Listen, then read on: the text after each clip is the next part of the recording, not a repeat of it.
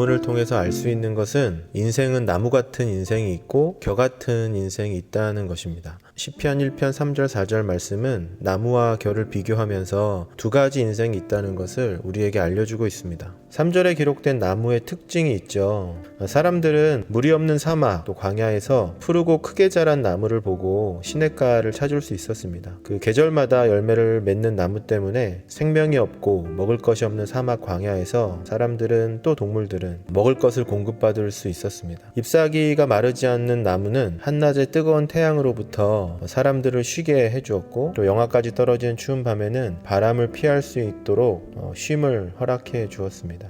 시편 1편 3절에 기록된 이 나무를 통해서 우리가 알 수 있는 것은 이 나무는 자신을 위해 열매를 맺지 않는다는 겁니다. 자신을 위해 잎사귀를 크게 키우지 않고 자기 자신을 위해 시냇가가 여기 있다라고 알리지 않았다는 거예요.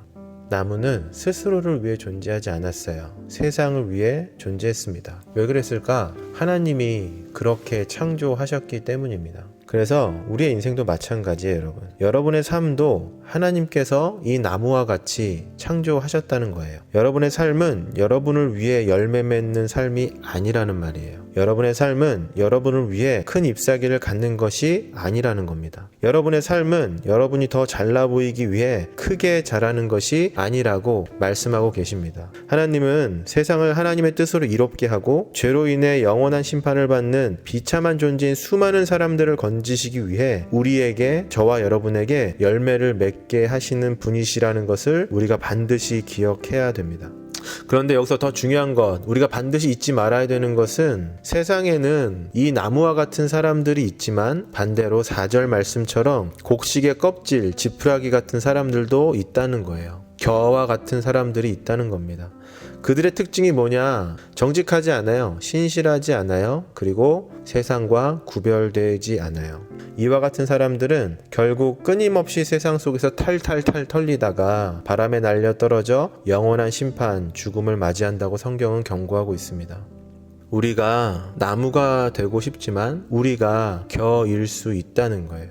여러분 잘 들으세요. 여러분의 삶이 하나님에게 기쁨이 되고 사람들에게 축복이 되기를 원한다면 이것을 꼭 기억해야 돼요. 하나님에게 붙어있지 아니하면 그 일은 절대로 일어나지 않는다는 겁니다. 그럼 우리가 이런 생각을 해야 돼요. 하나님에게 붙어있는다는 게 뭘까? 하나님께 내가 붙어있는다는 의미가 도대체 뭘까? 하나님께 내가 붙어있는 방법은 도대체 뭘까? 성경은 그것을 이렇게 얘기를 해요. 오직 여호와의 율법을 즐거워하여 그 율법을 주야로 묵상하는 자로다. 아멘. 여러분 중요한 거예요. 하나님에게 붙어있길 원하세요? 하나님의 말씀을 즐거워해야 돼요. 하나님의 말씀을 주야로 밤낮 가리지 않고 묵상해야 돼요. 여러분이 앉아서 공부하는 그 책상에 여러분의 방, 여러분의 방문, 여러분의 냉장고, 여러분의 화장실, 그곳이 어느 곳이든 상관없이 여러분이 하나님에게 붙어있길 원한다면 하나님의 말씀을 여러분의 곁에 반드시 둬야 한다는 거예요. 하나님의 말씀을 멀리한다. 하나님의 말씀을 듣지 않는다. 하나님의 말씀을 주일날 그 예배 시간 잠깐 폈다가 몇 줄 읽고 다시 닫아버리는 그런 성경이 아니라 날마다 하나님의 말씀을 주야로 묵상하고 여러분 머릿속에 마음속에 그 말씀이 떠나지 않아야 돼요. 그리고 그 말씀대로 살아가도록 끊임없이 노력해야 돼요.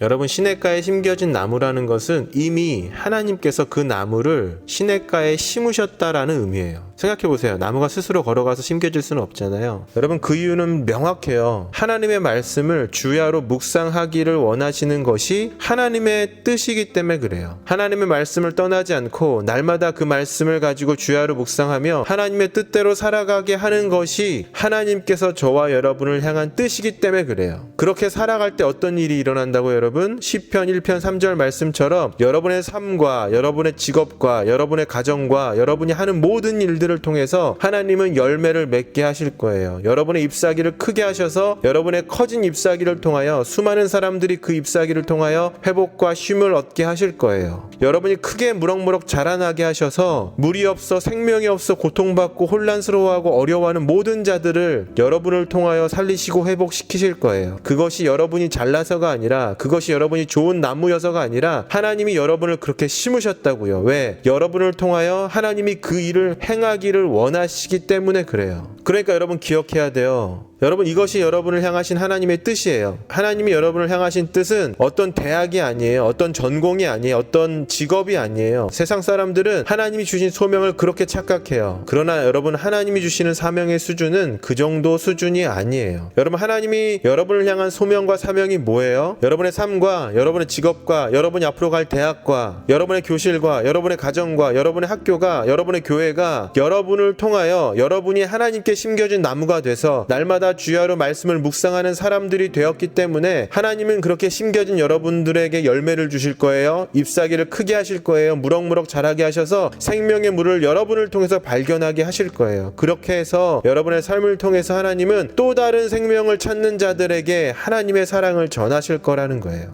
여러분 하나님 앞에 심겨진 나무, 시냇가에 심겨진 나무가 아니면 여러분은 그 어떤 일도 할 수 없어요. 아니 여러분이 하는 일마다 여러분이 하는 모든 일마다 그 일을 통하여 수많은 생명이 죽고 다칠 거예요. 성경은 그것을 경고하고 있어요. 너는 아무것도 할 수 없어. 네가 할 수 있는 건 아무것도 없어. 네가 열매 맺고 네가 잎사귀를 크게 하고 네가 자라날 수 있는 방법은 딱 하나. 그게 뭐예요 여러분? 시냇가에 심겨진 나무로 주야로 하나님의 말씀을 묵상하는 것. 그것이 우리가 시냇가에 심은 나무로 생명을 전하며 살아갈 수 있는 유일한 방법이라고 성경은 이야기하고 있습니다.